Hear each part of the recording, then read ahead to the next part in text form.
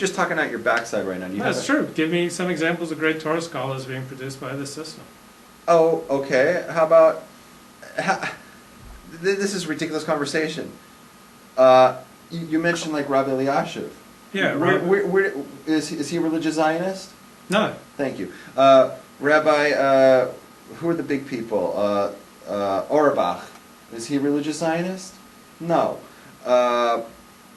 You know, I can go on and on and on. It's like all the biggest Rabbanim in Eretz Yisrael, the biggest learners, are not religious Zionists.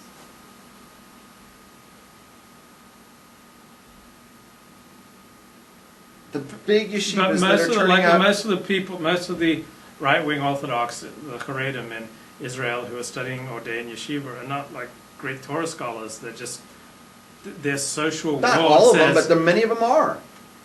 Yeah, okay, so I'm fine with subsidizing the ones who are great Torah scholars. Okay. But the ones who aren't great Torah scholars are never going to be great Torah scholars, and in fact, like, are just like goofing up, or they're not, Okay. you know, they're not really learning.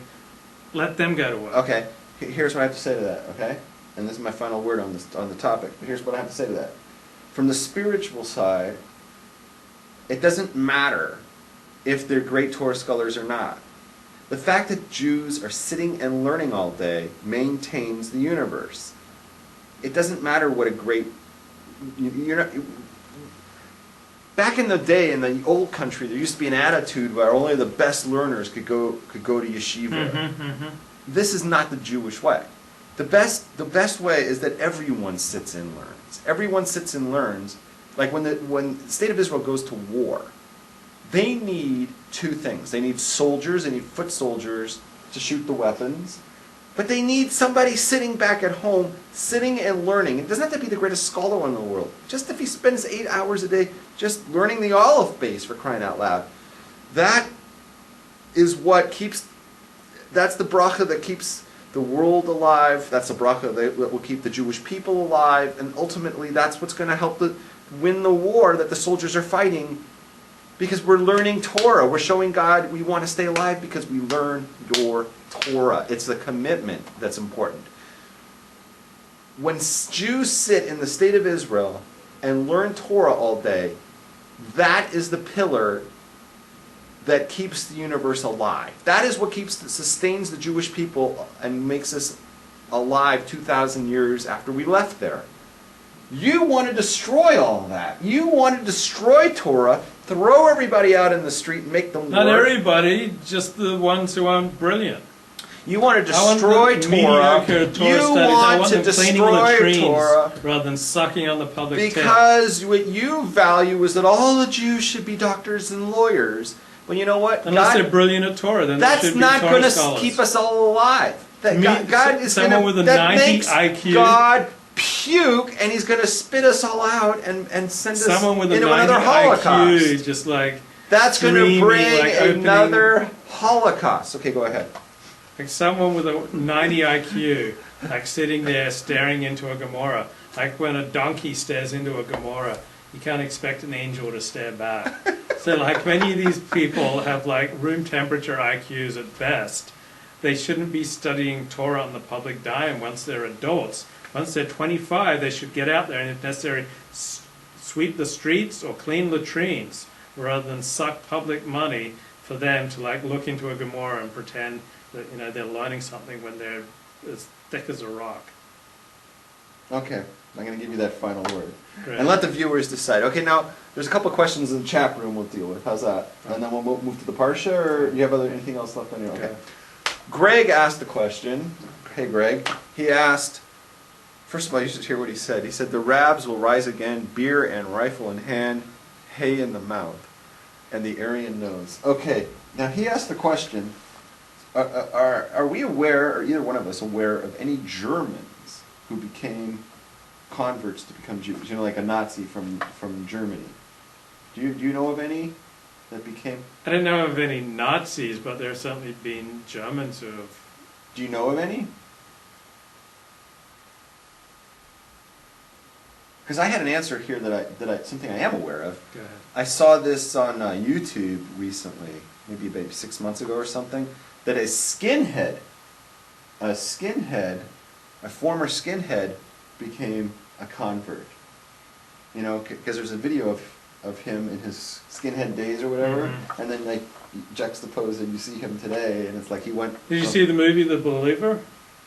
It was kind of based on a real story. A skinhead who was born of a Jewish mother was confronted by a reporter, and this is the true story. Was confronted by a reporter at the New York Times, became a leading skinhead, and the reporter at the New York Times said, "Hey, your mother's Jewish, you're a Jew." And the skinhead says, "If you publish that, I'll kill myself." And the reporter published it and he killed himself. Really? And the movie The Believer kind of takes off on that story. All right, I have to cue that one up. I want to see that. Yeah. Now this one was different. This guy grew up a goy.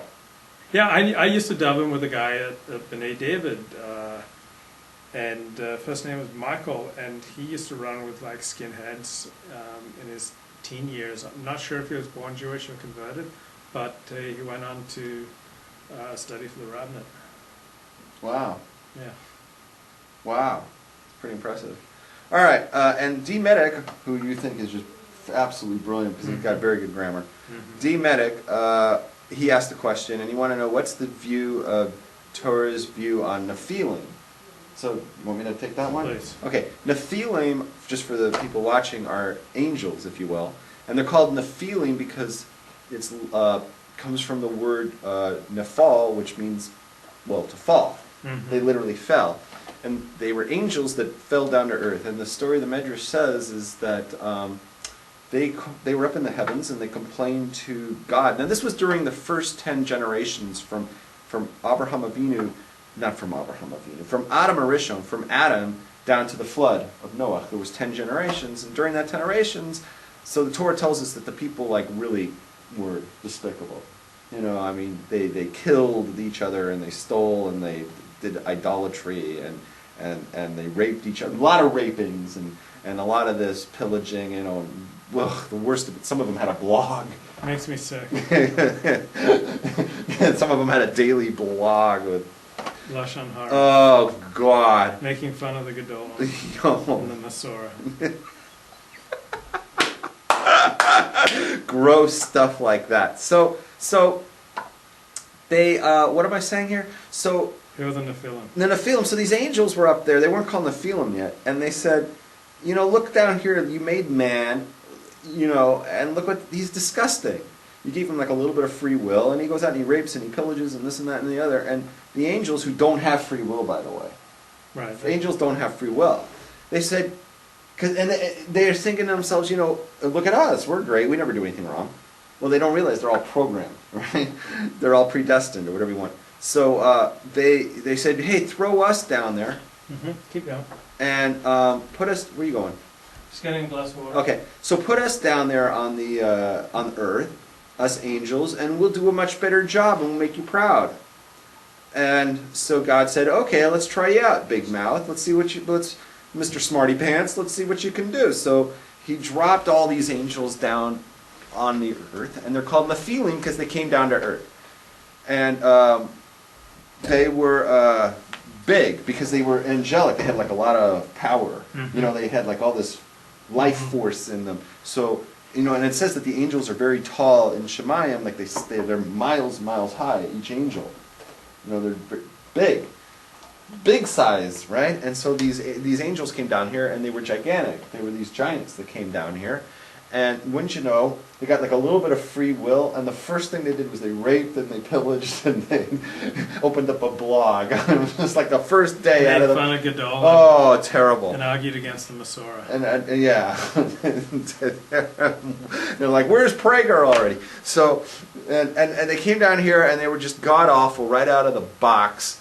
And God said, okay, so I guess we learned our lesson, no more angels on earth. Bad news, right? And that's who the Nephilim were, and it says that they got wiped out during the flood, because the flood went higher than them, but there were two that survived it, and that was Sihon, who was the melech of one of the countries, and Og, who was a melech of another country. They were like, well, they were their own country, they were so big. But that's the story of the Nephilim. Well, according to my Rebbe, there are actually three who survived. The third Oh, one it could be. was called Brie Olson. Oh, yes. And she had like the Huge. face of an angel.